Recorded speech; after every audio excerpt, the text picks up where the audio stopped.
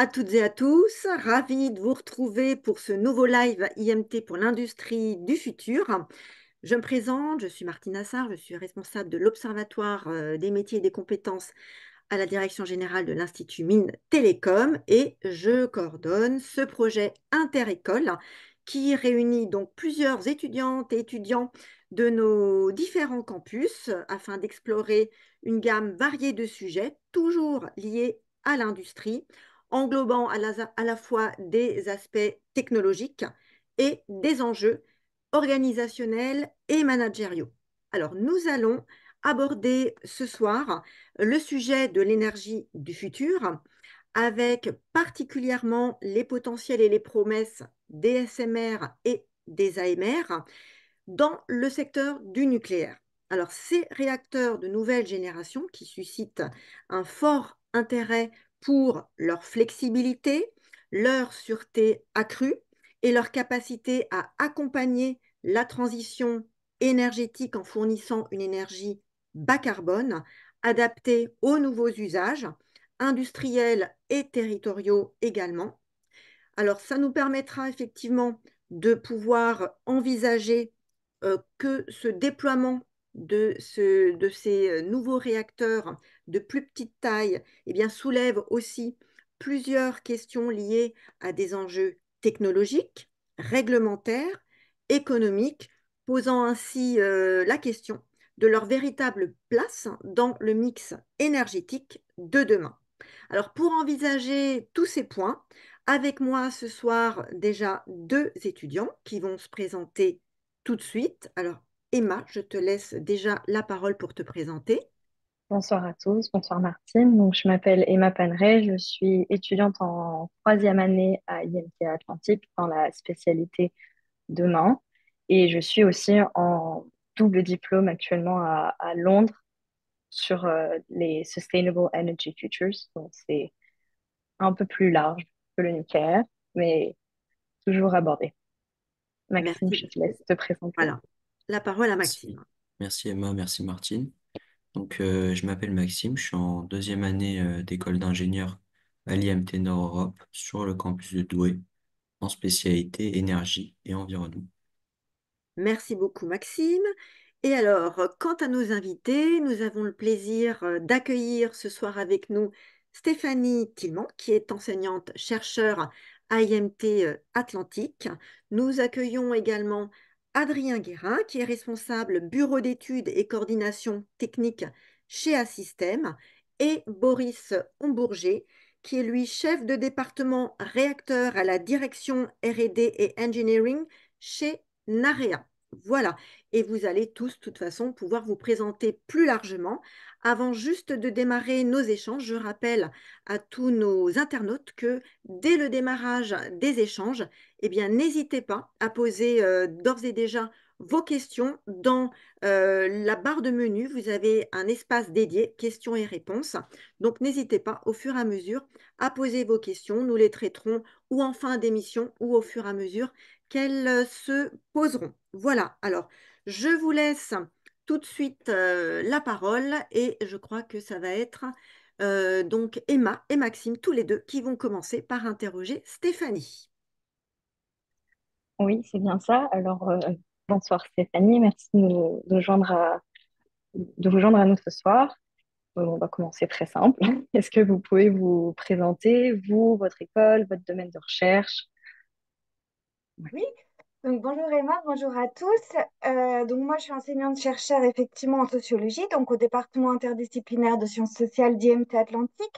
Donc IMT Atlantique en deux mots, hein, c'est une école d'ingénieurs généralistes qui aborde trois grands domaines et les transitions associées, à savoir l'énergie, l'environnement, le numérique.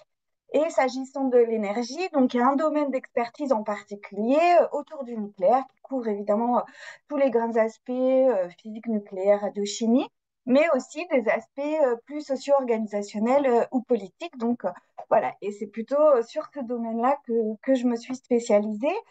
C'est une spécificité de l'école hein, d'avoir cette interdisciplinarité.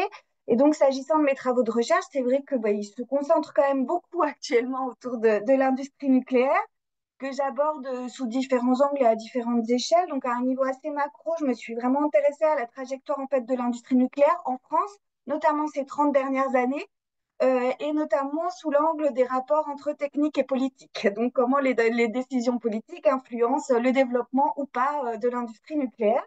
Et puis à une échelle plus micro, je m'intéresse beaucoup aux enjeux de sûreté-sécurité et à l'articulation possible, difficile, à quelles conditions entre les exigences de sécurité et les exigences de performance industrielle, et notamment dans le cadre des projets nucléaires. Donc, je me suis intéressée au cas d'Astrid en particulier, je me suis intéressée évidemment au cas EPR, donc aux spécificités de ces projets nucléaires par rapport à d'autres méga-projets.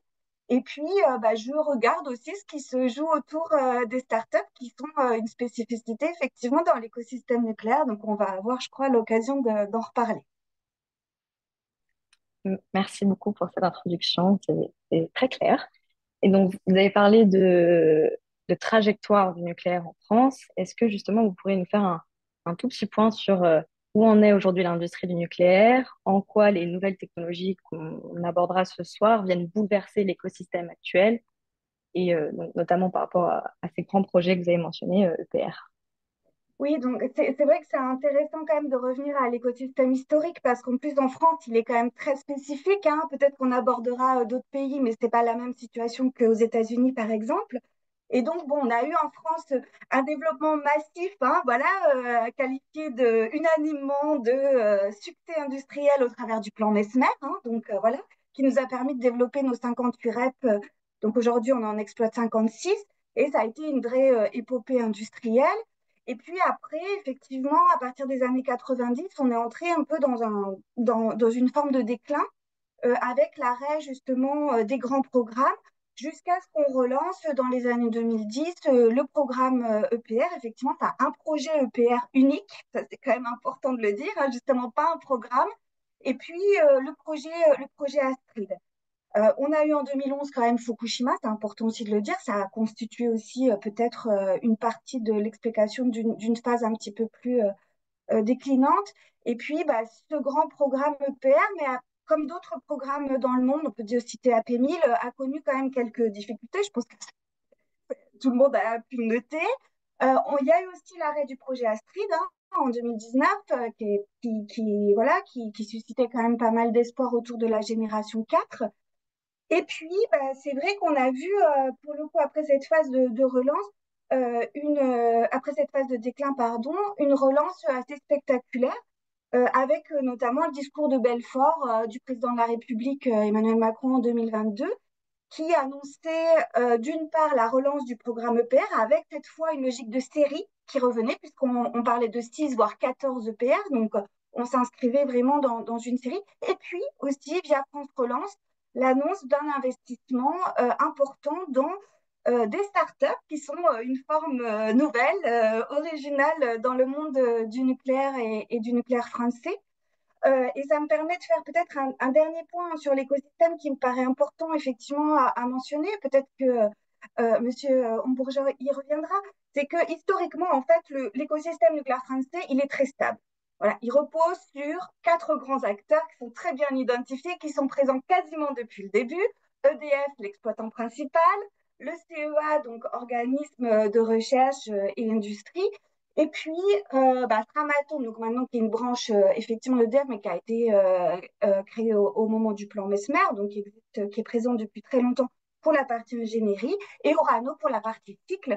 Donc on a ces grands acteurs, voilà, entreprises publiques, alors qu'on connu effectivement des phases un peu plus voilà, d'ouverture en bourse, mais là EDF est complètement renationalisé.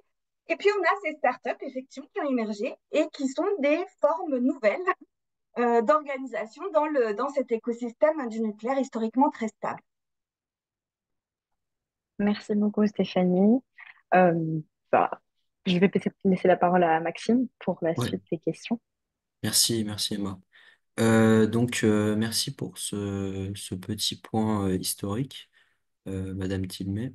Euh, Est-ce que, voilà, pour rentrer un peu plus dans le vif du sujet ce soir, est-ce que vous pourriez nous décrire en fait ce qu'est un SMR, un AMR également, et peut-être voilà, la différence entre les deux?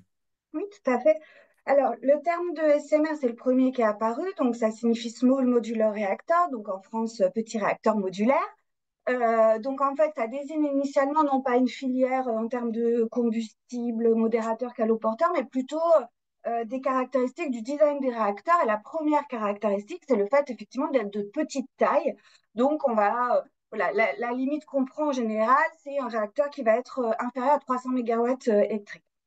Et après, on va trouver vraiment des tailles très diverses, mais ça, Adrien et Boris y reviendront. Alors après, effectivement, un peu plus tardivement, on a opéré cette distinction entre les SMR et les AMR. Donc maintenant, l'usage, c'est les SMR désignent plutôt des réacteurs, je dirais, évolutionnaires qui sont basés sur des designs relativement connus, donc typiquement les réacteurs à eau pressurisée. Donc un exemple en France, ce serait le réacteur Neward, qui est basé sur une technologie RAP, une technologie éprouvée, voilà, sur laquelle ben, on a beaucoup d'années d'exploitation, beaucoup de retours d'expérience, voilà. Et puis, les AMR, maintenant, effectivement, qui signifie Advanced Modular Reactor, donc réacteur modulaire avancé, désignent des réacteurs, en fait, plus exploratoires, on pourrait dire, avec des designs plus avancés sur lesquels, effectivement, il y a des postes d'innovation beaucoup plus importantes qui souvent désignent les réacteurs de génération 4. Donc, voilà, avec bon, des critères de génération 4 qui ont été définis en 2000 par le Forum international Gen 4. Et donc, qui sont des réacteurs qui ne sont pas complètement inconnus, hein, sur lesquels il y a déjà eu des travaux. Il y en a même qui ont été construits. Il y en a bah, en France, typiquement, on a exploité Superphénix, réacteur à neutrons rapides sodium, qui n'était pas qualifié Gen 4 à l'époque, mais qui fait partie de ces designs-là. Adrien y reviendra. Et donc, voilà, les AMR maintenant désignent ces réacteurs, comme les réacteurs à sel fondu, bah, Monsieur Berger va en parler, qui sont effectivement plus innovants et qui demandent voilà, des travaux d'innovation plus importants que les SMR. Merci. Et selon vous, quels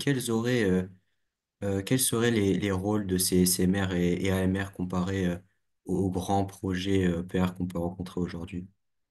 Oui, alors c'est une très bonne question, hein, parce que sur la genèse, effectivement, enfin, l'arrivée, l'émergence de ces SMR, historiquement, c'est vrai qu'on voit que ça s'est construit un peu en réponse quand même au déboire des projets de réacteurs de pleine puissance, où effectivement, hein, il y a eu, je les ai cités, bon, le projet EPR, Olkiluoto aussi en Finlande, la P1000, où voilà, on faisait le constat que ces réacteurs, sur lesquels on misait plutôt sur des économies d'échelle, étaient très très longs à développer, très complexes. Et donc, historiquement, c'est vrai que la focalisation sur les SMR, ça a été de dire, bah, on va faire des réacteurs de plus petite puissance qui auront un design plus simple, qui seront plus faciles à développer, plus rapides à construire. Donc, il y avait cette exigence de, je dirais, derrière cette promesse, en tout cas associée, de réacteurs plus rapides à diffuser, qui misaient plutôt sur des économies de série, parce que l'idée quand même des SMR, c'est qu'ils sont de petite taille, ils sont modulaires. Donc l'idée, c'est aussi de pouvoir voilà, les déployer ensuite en série. Et donc on fait des économies sur ces séries-là, plutôt que des gros réacteurs voilà, sur lesquels on mise plutôt sur des économies d'échelle. Peut-être, je me permets d'intervenir pour compléter, puis Boris, t'hésites pas. Ce qui est important et intéressant de dire, c'est que c'est des modèles qui se complètent, parce qu'en fait, on abandonnera la forte puissance, mais on voit que la forte puissance, ça ne suffit pas forcément, en particulier pour adresser certains marchés potentiellement isolés, ou pour aller chercher des usages différents, parce que la forte puissance est très liée à l'électrification. D'autres modèles, ça peut être lié à des réseaux de chaleur et autres. Donc ça, c'est important de se le dire, hein, c'est quand on voit le marché croissant en termes de demande d'énergie, ça c'est très important, c'est des concepts qui ne s'opposent pas.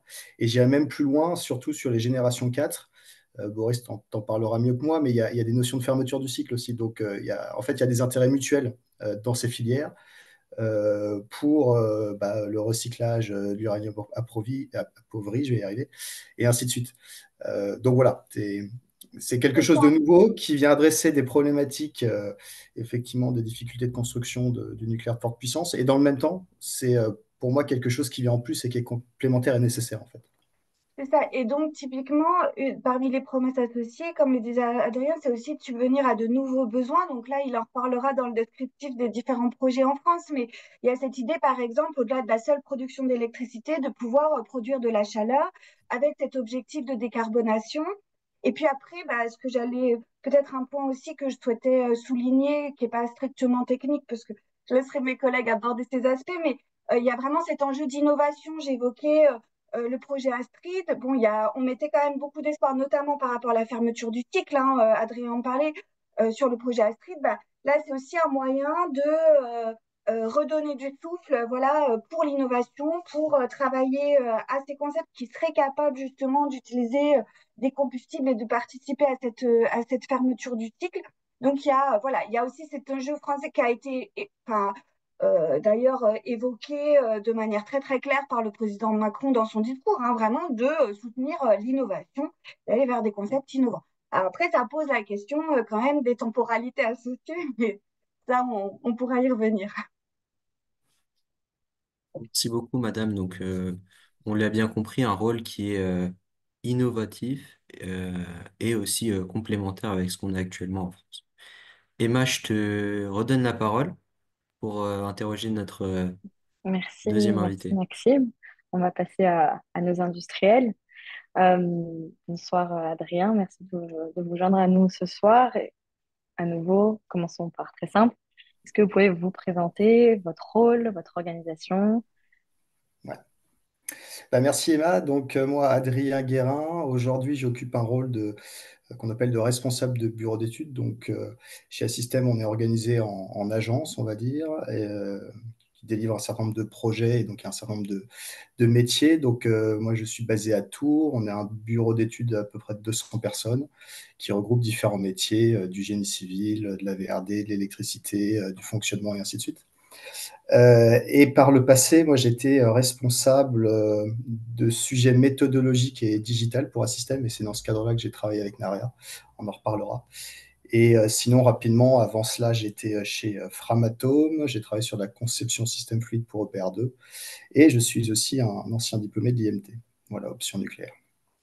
Et donc, si j'introduis très brièvement Assystem, on est une société d'ingénierie, 8000 collaborateurs à peu près. Ce qui est intéressant, c'est qu'Assystem, c'est une société qui est toujours détenue par son fondateur. Donc c'est une boîte familiale. C'est Dominique Louis qui a racheté une petite société qui faisait des essais à La Hague dans les années 60 et qui est toujours aujourd'hui à la tête de l'entreprise. On est 8000. Et on a suivi essentiellement le développement du parc nucléaire d'EDF et puis des activités aussi du cycle. Donc on s'est orienté d'une activité au démarrage qui était plus orientée essai vers de plus en plus une structuration en bureau d'études, puisqu'en fait, comme le disait Stéphanie, il a fallu construire puis maintenir. Et donc finalement, les compétences de la filière ont changé avec le temps. Et Assystem, ça représente un peu cette transition aussi. C'est intéressant. Et forcément, là, comme toute ingénierie qui cherche à supporter la filière là, dans son renouveau, on essaye nous aussi de rebâtir des compétences plutôt orientées construction, essai pour adresser ce qui est adressé.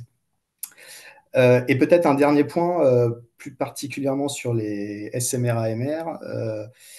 Nous, on suit ça de près et c'est un sujet d'importance pour nous. On a créé une direction de programme dédiée à tous les projets d'AMR sur lesquels on contribue pour justement, on en reparlera un peu après, mais c'est des projets assez particuliers dans ce qu'il y a à faire, dans la façon de le faire. Et donc, nous, on ne pouvait pas l'adresser de façon classique en termes de gestion de projet. Donc, on a créé un programme avec des équipes dédiées et on collabore avec différentes startups sur différents positionnements. Voilà. Très bien, merci beaucoup pour ces informations. Tout à l'heure, vous avez parlé de promesses d'innovation, mais aussi promesses de complémentarité dans la filière du nucléaire avec ces SMR et EMR. Mais ces nouvelles technologies, qu'est-ce qu'elles signifient en termes aussi d'employabilité, d'expérience et de compétences? Alors, Boris, n'hésite pas à intervenir ou à me corriger si j'ai des conneries. Ce qui est intéressant, moi, je trouve, là, c'est que déjà dans le panorama des startups qui sont lancées en France et donc des projets derrière, il y a vraiment de tout en taille et en techno. On a des réacteurs de toute petite taille sur des technos innovantes comme Naria. On a des trucs plus conventionnels comme New Ward. Puis en fait, on a un peu toute la gamme de techno entre les deux. Euh, et donc ça génère forcément de l'emploi, mais ça génère, et ça, on y est assez attaché, euh, des projets où il faut travailler de façon différente parce qu'il faut aller vite, parce que en fait, on est sur des sujets de R&D, on a des vraies problématiques aussi de réglementation. En fait, on ne peut pas s'inscrire dans le cadre classique des séquences réglementaires parce que la réglementation a été pensée pour du nucléaire de forte puissance sur des réacteurs à eau.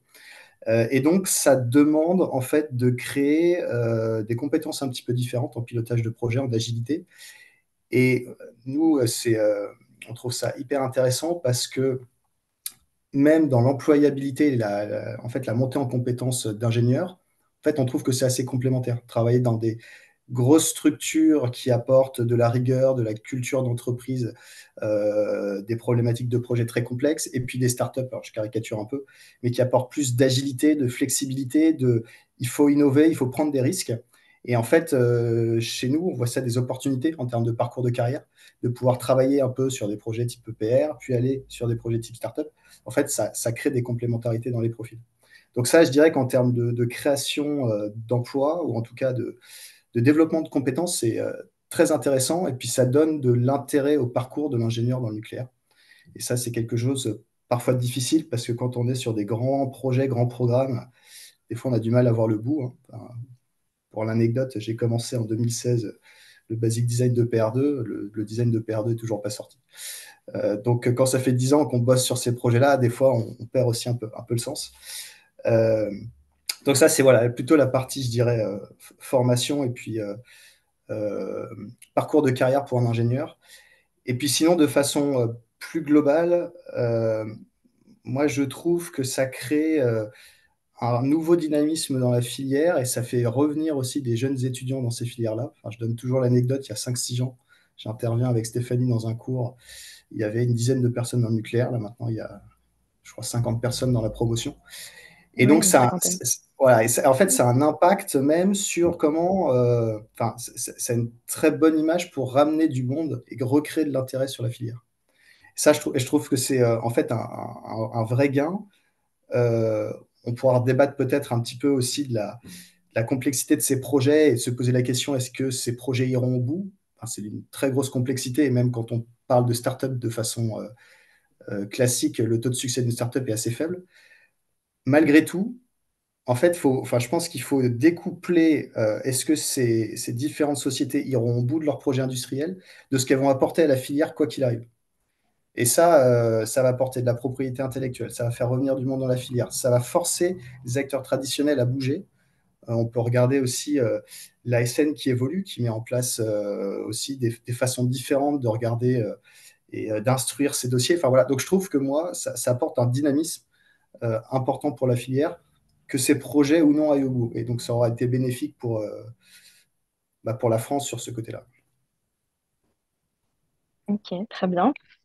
Donc, on a une filière qui se redynamise un peu, avec des acteurs qui sont assez euh, très variés. Et donc, dans ce dynamisme, est-ce que aujourd'hui, quelles sont les principales difficultés de ces startups, de ces nouvelles technologies Mm. et les enjeux auxquels ils vont Ouais. faire face pour développer leurs produits? Alors bon, pareil, je donne ma vision et puis Boris, tu compléteras après si tu veux. Il y a beaucoup de challenges, hein. Il y a, euh, déjà sur les technos en elles-mêmes, on n'a pas forcément d'école ou de filières industrielles qui existent et donc il y a déjà des manques d'ingénieurs et d'experts dans certains domaines. Alors, il y en a quelques-uns. En France, on a la chance quand même d'avoir sur les sels fondus des références via le CEA, via le CNRS, mais il n'y a pas non plus un volume de compétences très important sur ces technos. Il faut les recréer. Donc ça, déjà, c'est une première difficulté quand on veut lancer une techno. Le deuxième point, c'est que, j'en ai un petit peu parlé, la réglementation euh, française nucléaire à travers l'autorité de sûreté a été pensée pour adresser des sujets je dirais qu'on maîtrise déjà du réacteur enfin, du nucléaire de forte puissance ou du cycle plus classique. Et en fait, c'est assez difficile de développer, d'avoir des autorisations de démarrer des prototypes, par exemple, parce qu'en fait, c'est des installations nucléaires de base qu'il va falloir concevoir, mais c'est de l'expérimentation. Voilà, il y a quelque chose de différent à construire et à instruire. avec les autorités de sûreté. Et ça, c'est un vrai défi, hein. Il y a forcément le défi, comme il y a beaucoup de startups qui sont lancées en même temps, risque de goulot d'étranglement vis-à-vis des autorités de sûreté qui, eux, n'ont pas eu un budget et des capacités d'instruction qui se sont développées à ce point. Donc, il faut faire des arbitrages. Et puis, le dernier point qui est en fait assez complexe, selon les technologies, on ne parle pas juste de développer un réacteur. En fait, on parle de développer une supply chain. Et c'est ça l'enjeu d'un certain nombre, hein, de ces startups. C'est qui dit nouveau réacteur, dit potentiellement nouveau combustible, dit nouvelle façon de retraiter ce combustible, dit nouvelle façon de faire la logistique, nouvelle façon de penser la sécurité. Et donc, en fait, c'est pas, et ça, je pense que c'est important qu'on l'ait en tête, c'est pas un projet qu'adressent ces startups, c'est c'est un projet industriel, on pourrait dire, ou c'est un projet de supply chain d'ensemble pour certaines d'entre elles. Et ça, du coup, c'est à la fois un énorme challenge, mais ça crée aussi de l'opportunité, c'est-à-dire qu'on ne se pose pas juste des questions sur les technos des réacteurs, on se pose aussi des questions sur l'ensemble du cycle associé à ces nouveaux réacteurs, et ça crée encore plus d'opportunités d'emploi. Donc voilà, c'est une partie de la réponse. Boris, tu compléteras peut-être un petit peu. Ça fait un certain nombre de challenges, mais du coup aussi un certain nombre d'opportunités. Et ce qui est intéressant, c'est que ça fait bouger à nouveau, pas juste, on va dire, les exploitants, mais ça fait bien bouger l'ensemble de la supply chain dans le domaine du nucléaire. Donc, on a des projets qui sont industriels, et donc ils ne sont pas, ça serait bien qu'ils ne soient pas tout seuls dans cette équation. Comment le gouvernement français, comment les différents acteurs, peut-être à système, peuvent soutenir ce mouvement, le mouvement de ces nouvelles technologies et à quel horizon? Alors, je pense qu'il y a plusieurs choses qui sont déjà faites. Quoi qu'on en dise, le gouvernement, avec France Relance, a quand même incité assez fortement au déploiement de puis au démarrage de ces nouvelles sociétés. Donc, en fait, l'État français a fait déjà, fait déjà pas mal de choses. Stéphanie en parlera mieux que moi, mais je pense que vous avez tous vu aussi qu'il y a eu des mouvements entre l'IRSN, la SN. En fait, il y a quand même au niveau de l'État des préoccupations d'améliorer, on n'est pas là pour juger si c'est bien ou mal, je ne saurais pas dire, mais en fait d'améliorer la façon d'instruire ces nouveaux projets. Et en fait, les SMR, AMR rentrent dans l'équation. C'est ce qui aussi a amené à faire évoluer un peu tout ça.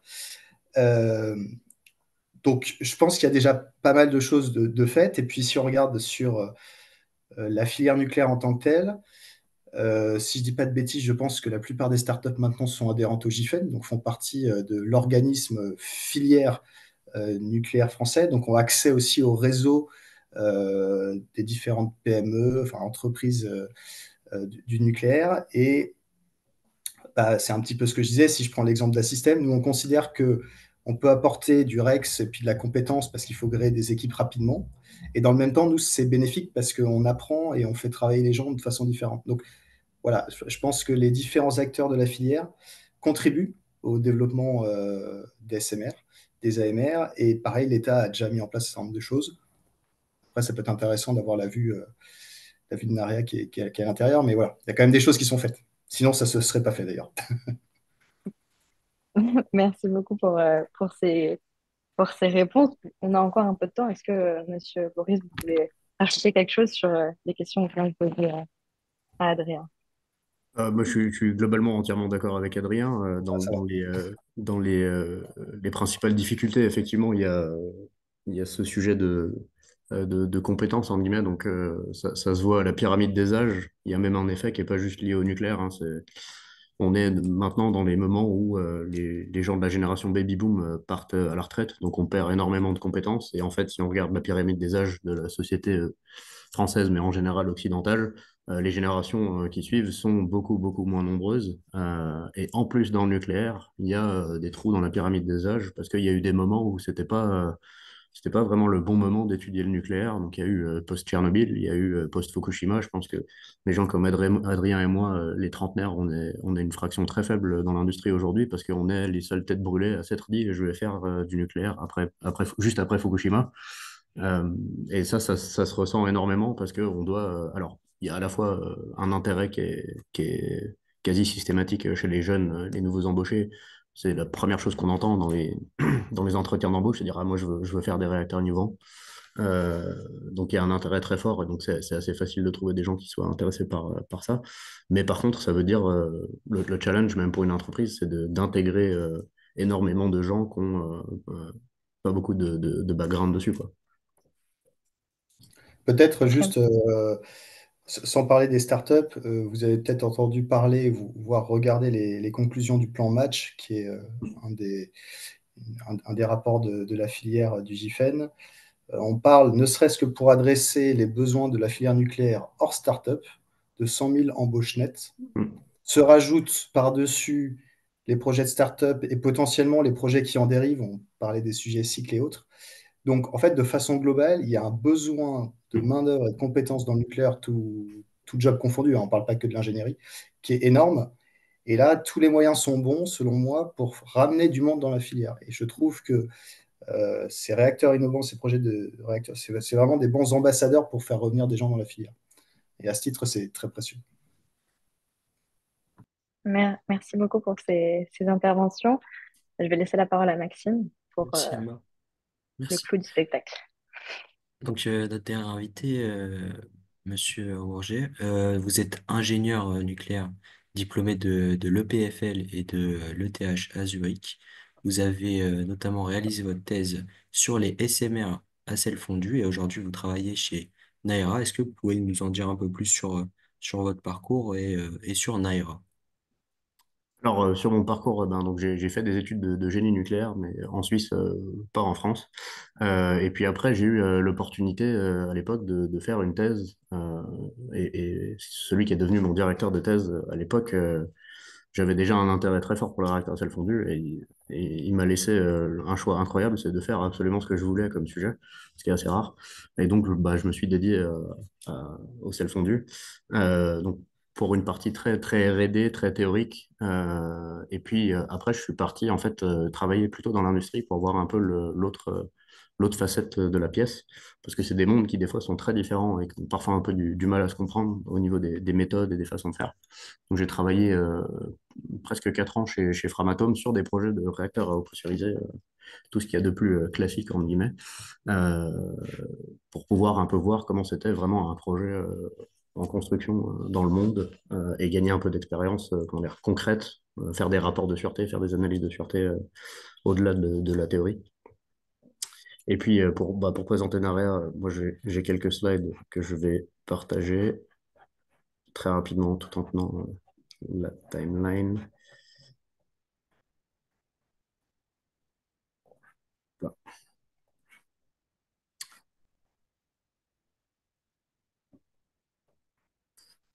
Et donc NAREA, en fait, c'est un acronyme, ça se voit pas forcément, c'est un joli nom, mais c'est un acronyme, donc Nuclear Abundant Affordable Resourceful Energy for All. Et c'est avant tout, parce qu'on parle tout de suite de faire des réacteurs, et c'est mon métier, donc c'est ma fierté, mais c'est d'abord une entreprise qui veut produire de l'énergie avant de fabriquer des réacteurs. Et l'intérêt de ça, c'est de se rapprocher surtout de besoins industriels. Donc, comme Adrien l'a très justement dit, décarboner en masse le réseau électrique.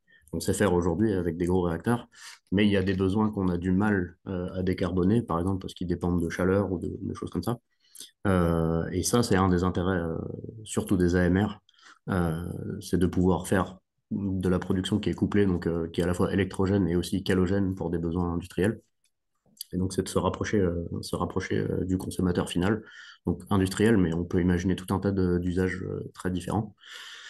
Sur les choix technologiques qu'on a fait, nous, ce qui nous paraissait extrêmement important, c'était de pouvoir continuer à fermer le cycle et donc d'avoir un design de réacteur qui permette ce genre de choses relativement facilement. En termes de taille, on est à peu près dans la taille médiane, en guillemets, des projets de SMR, donc ça va jusqu'à 300 mégawatts électriques, comme disait Stéphanie tout à l'heure. Nous, on est plutôt dans 80 mégawatts thermiques, à peu près 40 mégawatts électriques. Donc, comme je disais, réacteur à sel fondu, donc c'est une technologie dite de génération 4. Spectre rapide, donc ça, c'est lié aussi aux besoins de fermeture du cycle. Et l'idée, ça, c'est l'innovation, parce qu'il n'y a pas que la technique dans la vie. L'innovation aussi de Narea, c'est le business model. L'idée, c'est de faire en sorte que, en fait, un industriel, aujourd'hui, il se dit, c'est super que j'ai un réacteur à côté de chez moi pour faire tourner mon usine. En fait, il y a peu d'industriels qui vont prendre le risque de devenir exploitants, avec tout ce que ça veut dire, c'est-à-dire former des gens, apprendre à exploiter un réacteur, alors qu'un industriel, il a un métier, c'est de faire ce qu'il fait et pas forcément de diverger dans autre chose. Et toutes les responsabilités qui vont avec, donc que ce soit réglementaire, mais aussi une installation nucléaire, ça produit des déchets nucléaires, on est responsable depuis le début de la construction jusqu'à la fin du cycle de vie de l'installation de tout ça. Et donc pour simplifier la vie à un industriel, le but de Narea, c'est que ce soit nous qui faisions ça et nous, on livre de l'énergie. Donc c'est la tranquillité d'esprit pour l'industriel et l'ensemble des tâches qui sont compliquées, voire des risques. Et de notre côté, et en tant qu'exploitant nucléaire, c'est plus notre spécialité en termes de représentation, comme ça, pour donner une idée de qu'est-ce que c'est comme production énergétique, on peut faire tout un tas de choses. L'hydrogène, les gens en parlent beaucoup. Quelque chose d'autre qui revient un petit peu à la mode aussi, c'est de commencer à réfléchir à de la propulsion navale civile, en guillemets, sur des bateaux, parce que c'est aussi un usage qu'il faut décarboner. Il y a des besoins industriels de chaleur. Et on peut même imaginer, c'est d'ailleurs le cas d'autres startups, de faire du chauffage urbain, par exemple. Donc on peut tout simplement produire de la chaleur et alimenter des réseaux de chaleur pour de nouveau décarboner la, la production la production de chaleur pour que les gens se chauffent. Et ce besoin-là, ça couvre aussi 90% des installations industrielles dans le monde en termes de marché. Donc on est assez large sur les besoins. Et en fait, notre approche, c'est trois choses que je vais décrire simultanément. Comme je disais, il y a la partie technologie, c'est de faire un petit réacteur modulaire, fission, sel fondu, neutron rapide. On s'interdit d'utiliser à proximité de l'installation de l'eau. Donc on conçoit le réacteur de façon à ce qu'il n'y ait pas besoin d'une source froide en eau, contrairement à la plupart des réacteurs dans le monde aujourd'hui. Donc ils sont soit en bord de mer, soit en bord de rivière, ce qui permet en fait d'accéder à des endroits qui n'ont pas de rivière ou de mer, ce qui est souvent le cas des industries. En termes de sûreté, le requis qui est évident, c'est de pouvoir avoir un niveau de sûreté qui est suffisant pour pouvoir se rapprocher des industriels et en général de la population qui n'est jamais très très loin. Euh, et par exemple, pour les besoins de tout ce qui est calogène, la chaleur, ça se transporte relativement mal, contrairement à l'électricité, et donc on doit être au plus proche du client. Et en termes de SMR, entre guillemets, c'est aussi une question d'approche industrielle. Euh, c'est le vrai intérêt de faire des petits réacteurs, c'est de viser une économie sur une économie de nombre plutôt qu'une économie d'échelle. Donc de fabriquer le plus possible du réacteur en série dans une usine. On pense toujours fabrication, mais en fait, sur un réacteur nucléaire, il y a aussi d'autres choses qui prennent beaucoup de temps et qui peuvent être très compliquées à faire sur des gros réacteurs. C'est par exemple les essais. Parce qu'on peut concevoir une machine, construire la machine, mais après, il faut tester que la machine répond aux spécifications pour lesquelles elle a été conçue. Et les essais, si on construit la machine techniquement dehors, ça peut être parfois extrêmement compliqué. Donc plus on arrivera à faire des essais en usine, plus simple ce sera de démarrer des installations beaucoup plus rapidement. Et avec des petites tailles aussi, on arrive à limiter la quantité de génie civil, qui est une des choses qui peut prendre pas mal de temps quand on construit une installation nucléaire. Et puis, en termes de modèle économique, ça, c'est la partie qui est aussi importante au-delà de ça, c'est le business model. Au-delà de produire de l'énergie, de concevoir des réacteurs et de les exploiter, c'est de faire en sorte qu'on puisse aussi isoler, par exemple, les industriels des variations du prix de l'électricité ou des choses comme ça. Donc, nous, on vise plutôt des contrats de long terme. Et on a la responsabilité entière du cycle, que ce soit le cycle du combustible, mais aussi des déchets et ainsi de suite. Et on est à ce stade tous en équipe intégrée avec quasiment 200 personnes aujourd'hui. Donc je pense qu'on est la deuxième plus grande des 12 ou 13 startups qu'il y a en France aujourd'hui. Donc moi, je suis arrivé, on était une quinzaine il y a 2 ans et demi. Et donc, quand on arrive à 200 personnes, c'est assez intéressant de pouvoir commencer à vraiment faire des choses qui commencent à avoir de l'échelle. Donc, on vient de mettre en service 2000 mètres carrés d'installation d'essais parce que il faut faire, euh, il faut faire des essais physiques. Les selles fondues, ça se manipule pas sur un bureau, donc il faut des installations dédiées et tout un tas de maquettes. Et on travaille énormément avec des industriels qui ont des besoins très très divers en termes d'énergie pour ben, justement avoir une clientèle variée de notre côté.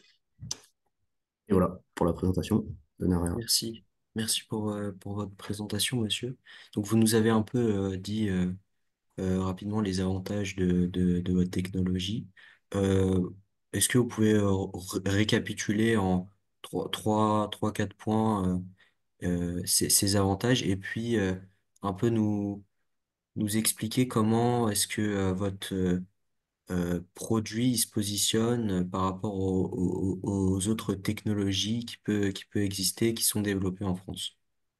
Tout à fait. Alors, les sels fondus à spectre rapide, ça mélange deux avantages distincts. Donc, c'est du spectre rapide, donc ça a des avantages qu'on trouve aussi, par exemple, sur les réacteurs au sodium ou au plomb. Donc, c'est de pouvoir maximiser l'utilisation des ressources fissiles qui sont précieuses. Donc, viser potentiellement un taux de régénération qui est acceptable ou voire surgénéré en fonction de ce qu'on vise.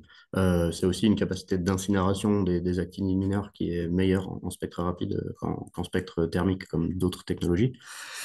Et puis ensuite, bah, c'est des réacteurs à sel fondu. Donc c'est peut-être les plus exotiques des réacteurs dits de génération 4 parce que la caractéristique principale, c'est que le combustible est sous forme liquide. Donc on fond le combustible. En général, il est circulant, donc c'est-à-dire que le combustible bouge dans le réacteur, ce qui est très très différent de la plupart des autres types de réacteurs. Ça donne des caractéristiques en termes de sûreté qui sont vraiment intéressantes. Donc, on a des contre-réactions qui sont très très fortes. Donc, on peut très facilement stabiliser le réacteur. En termes de sûreté, c'est des avantages qui sont assez prêts à avoir pour la conception. Et au-delà de ça, les sels fondus, c'est globalement la technologie qui permet les deuxièmes plus hautes températures théoriques à la sortie de la chaudière, donc de la machine qui produit de la chaleur. Donc, pour des usages calogènes, c'est un peu le saint graal historique dans le nucléaire, c'est on vise des températures les plus élevées possibles parce que ça augmente d'autant plus les choses qu'on peut décarboner, parce qu'il y a des usages industriels qui ont besoin de hautes températures. Et au-delà de ça, pour la partie électrogène, évidemment, on améliore substantiellement le rendement thermodynamique de l'installation, donc la partie de chaleur qui est convertie en électricité. Merci. Alors Adrien, Monsieur Guérin, pardon, on avait parlé un petit peu tout à l'heure, on avait abordé la question de l'ASN et un peu des obstacles, entre guillemets, pour le développement des SMR et des AMR. Est-ce que vous, dans votre cas, Monsieur Amourget, vous avez un ressenti concret par rapport à ces problématiques? Est-ce que vous les rencontrez ou est-ce que c'est plus modéré? Globalement, Adrien avait entièrement raison. Alors, bien que, à strictement parler, c'est rarement des vrais problèmes réglementaires. En fait, c'est très rare de trouver une ligne dans un texte de loi qui dit bah, vous n'avez pas le droit de faire ça comme ça. En fait, c'est que le processus, il est complexe par nature. C'est qu'on doit aller voir l'autorité de sûreté. L'exploitant a l'entière responsabilité de la sûreté de l'installation et donc on doit euh, aller convaincre l'autorité de sûreté que le réacteur est sûr. La preuve de la charge, elle est entièrement côté exploitant et c'est pas une mince affaire. Euh, Sachant qu'en plus de ça, donc, dans les challenges qu'on a un peu mentionnés jusqu'à maintenant, euh, il y a les compétences qui sont parfois rares dans l'industrie. Et en fait, que ça touche l'industrie, ça va généralement aussi toucher l'autorité de sûreté. Donc il faut qu'on puisse se comprendre. Et c'est entièrement à nous de présenter la technologie et d'acculturer l'autorité de sûreté euh, à ces sujets-là.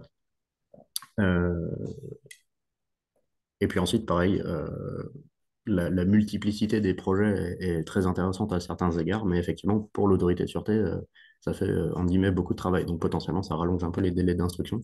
Euh, et donc, il y a un peu il y a un peu une compétition pour qui ira le plus vite, en fait.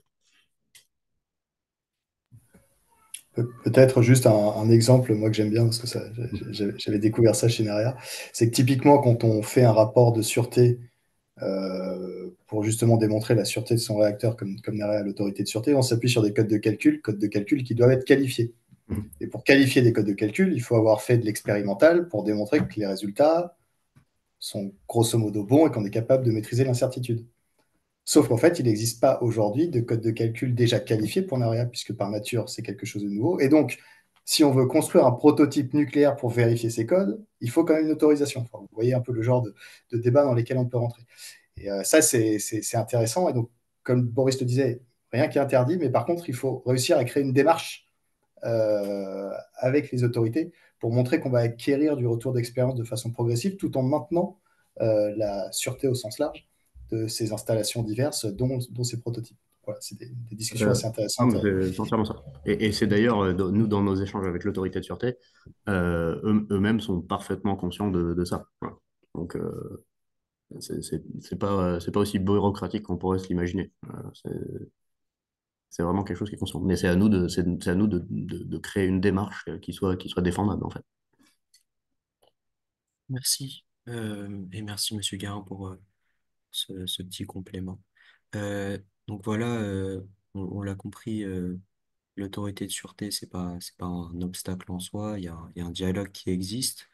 Euh, Au-delà de ça, comment est-ce que Naira, l'entreprise compte s'insérer dans le tissu nucléaire français et surtout avec quel business model, quel segment de marché vous voudriez toucher?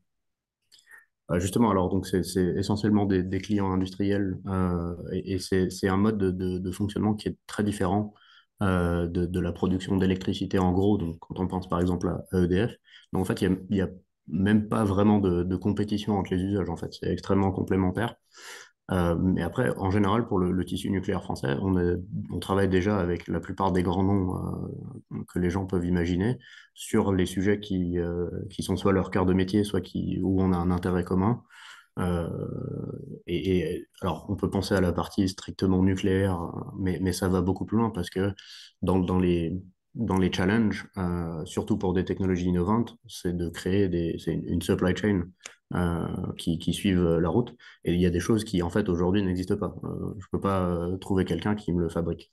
On va utiliser des alliages qui sont différents.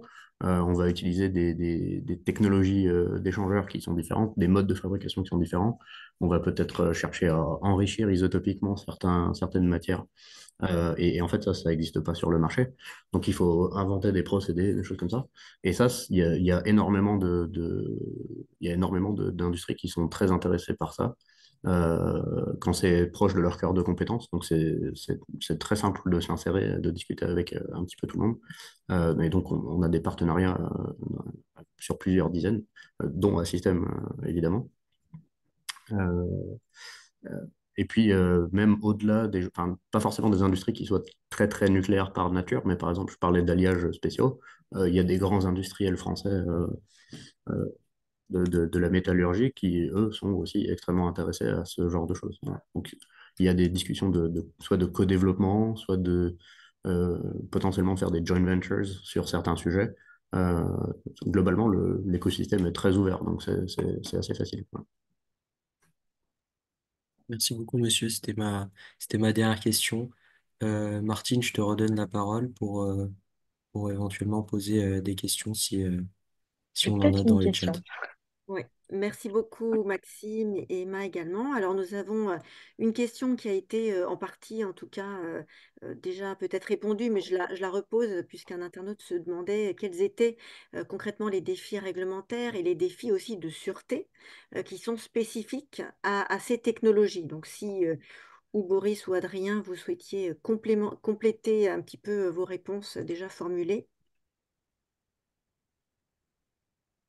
Je sais pas si Adrien, en général, tu as quelque chose de spécifique. Euh, ça dépend énormément de la technologie dont on parle. Elles n'ont pas toutes le même niveau de maturité, donc il y a des choses qui sont quand même plus connues. Il y a même des projets de SMR au légère, donc globalement, c'est un peu les mêmes sujets que d'habitude, donc là, il n'y a pas d'acculturation à faire. Il y a des technologies qui utilisent soit des combustibles qui sont un peu exotiques ou des choses comme ça, donc Des fois, l'essentiel du travail, ça va être de qualifier ce combustible-là.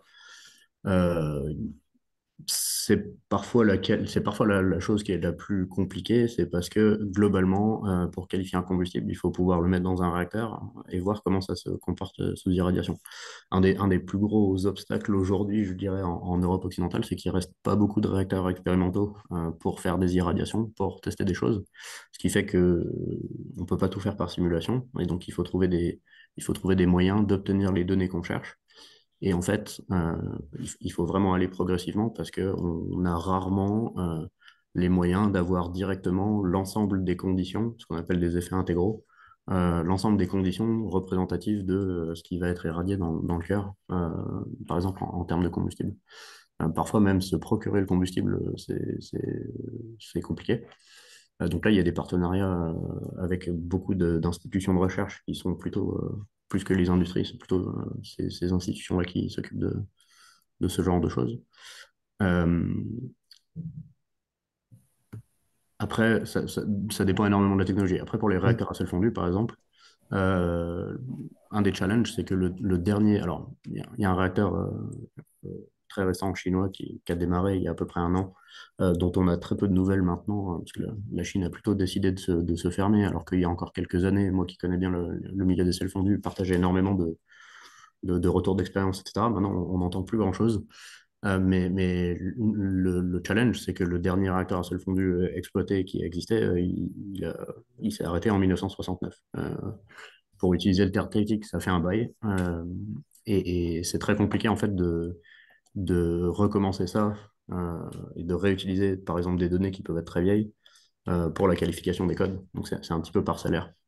Euh, mais globalement, l'objectif c'est de pouvoir prédire suffisamment bien le comportement du réacteur en cas d'accident. Euh, et ça peut être parfois un gros challenge. Merci Peut-être beaucoup. Oui, Adrien. j'allais juste compléter alors sur un sujet un peu différent. Ce qui est intéressant, moi, je trouve, et c'est lié un peu au business model des SMR AMR, c'est comment on va chercher de la série et de la plus petite taille. Il y a une notion aussi un petit peu différente qui émerge sur le couplage sécurité-sûreté. Parce que finalement, on pourrait se dire, hein, une centrale de forte puissance, une grosse centrale, c'est un gros truc, on peut l'attaquer facilement, mais ça se défend aussi facilement. En France, c'est l'armée française qui défend les, et donc se pose la question, s'il y a des centaines d'unités aussi, comment on va assurer la sécurité de ces sites qui seront en plus peut-être hébergés sur des sites industriels.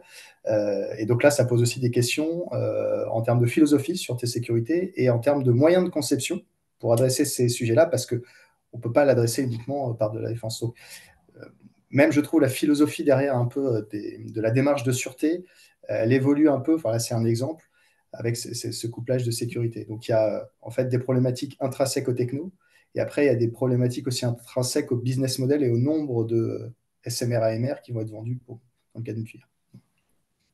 Tout à fait. Et alors, une seconde question, mais là aussi, Boris, vous avez aussi partiellement, je pense, ou pratiquement répondu, c'était quel était le modèle économique pour garantir autant la compétitivité que la rentabilité de ces SMR et de ces AMR, hein. Donc, si vous Alors, aviez juste un tout petit complément par rapport à ce que vous nous avez déjà un petit peu exposé. la première chose, globalement, c'est les nouveaux usages. Donc, pas juste de produire de l'électricité. Donc, compétitif, c'est toujours une question de par rapport à quoi. Donc, c'est pas forcément pour produire de l'électricité, pour être compétitif pour le coût de l'électricité sur le réseau par rapport à un gros réacteur. Par contre, les nouveaux usages, donc tout ce qui est halogène, c'est très prometteur à ce niveau-là.